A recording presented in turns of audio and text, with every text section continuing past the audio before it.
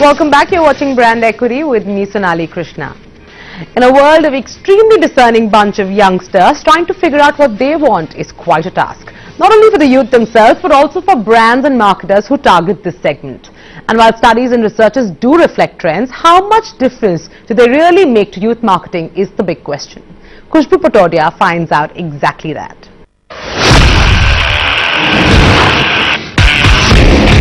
Sex for the guys, pocket money, or like you see, sex of desire, being sexually compatible, money. Sex is something sexual compatible, necessary priority for the youth. I do think sex and money does form the basis for relationships nowadays. Money does matter because when relationships you need to be going out, you need to be going places. Yes, most definitely, because it's their priorities. I mean, sex obviously comes with the relationship. Money, yes. Sex, no. Sex is very important. Sex is something only after marriage, but it's an integral part of it these days. It shouldn't be, but it is. For the guys, mostly sex does count. To be sexually compatible is what is the whole basis of dating. You know, for some reason now all relationships are kind of equated with the sexual compatibility. It is this entire testing period before you get into a marriage. It's not on the cards right now.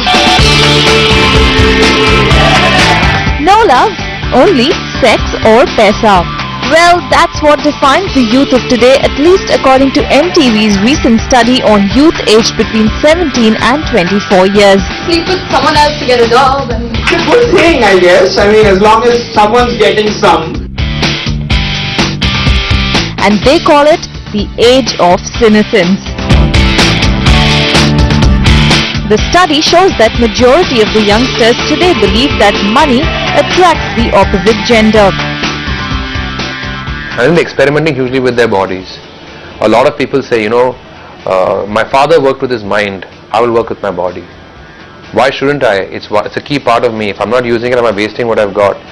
So if I'm going to use my body and look at what people are doing, whether it's in terms of tattoos, whether it's in terms of, just their hairstyles, their look. Every young person today has a defining look. Nobody wants to, look like me and belong to the herd. Everybody's got a differentiating look. So if we understand that, and that in a sense is creating not really a sexual revolution, but maybe a realization of the power of the body, then that's something marketers can take cognizance of.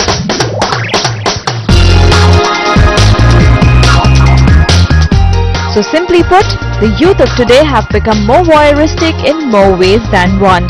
And here's what youth-targeted brands and advertisers have to say. I agree with it because that has to be, if research has picked it up, research is in a sense a laggard indicator. So of course there must be some amount of truth.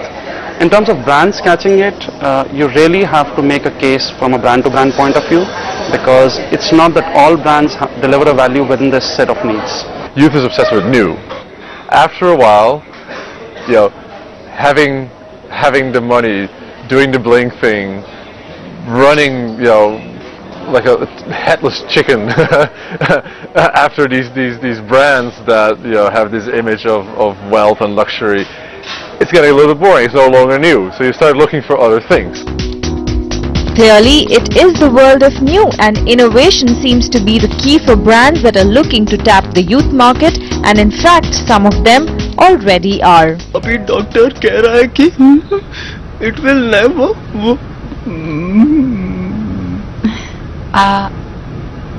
I'll call you. Baby. I promise. Baby. Baby. Does your mobile operator also leave you when you really need it? It's time to break up. You look at the kind of proposition today that people are putting out, whether it's an axe where they talk about axe effect, it's a very clear way of actually cashing in on what we call these raging hormones. I think everybody everyone knows that when you're young, the most important thing to you is how appealing you are probably to the opposite sex, and if brands utilize that to attract you, there's nothing wrong with it. It's more about trying to get your own individuality out, and that's where Be Stupid comes in. All it says is, don't be conservative, don't go by stereotypes, be natural, and that's what you're all about. So it fits in very well with what youth does today. So while it may be the power of sex and money that drives them today, experts believe that such studies do not have a shelf life and they soon become redundant as per the changing needs of the capricious bunch of youth today. And that's where the struggle is. I think it's very complicated today to reach young people. I think fragmentation is kind of a big task for advertisers because it's very fragmented. Everything is not anymore this one suit fit all. All kinds of entertainment available today. To be able to actually cut across these kind of entertainments would be the biggest challenge a brand would actually face today, because you're at the end of the day you're looking for their share of attention. And to grab their attention, experts say brands need to increase their interesting quotient, because with a million ads coming their way every single day, the youth of today are bound to be spoiled for choices and a lot more discerning, which only adds to the already complex situation at hand. And brand loyalty, you ask? Well, that almost doesn't exist.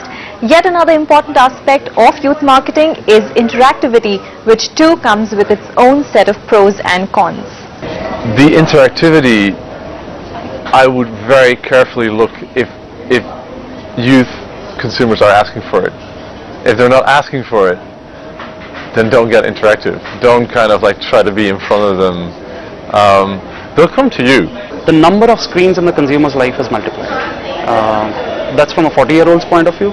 From an 18-year-old's point of view, he's lived with that number of screens today. So therefore, whatever you've created as content, which is the basic value proposition, if it cannot be translated through those multiple screens, it's of little value to him. It's no longer about brand positioning anymore. Brands can't position themselves and say, I am this. Today, brands need to talk to young people, favorably create experiences that they talk about. And you need a friend to position the brand in another friend's head. So well, it's really a catch-22 situation for marketers to figure this one out. It's like totally like nothing. Where on one hand it's trends that decide campaigns for many, on the other doing something different. And shock value is what works to grab their attention. No one knows for sure. So it does seem that for now, youth marketing will remain experimental, as the youth will remain the most complex TG to crack.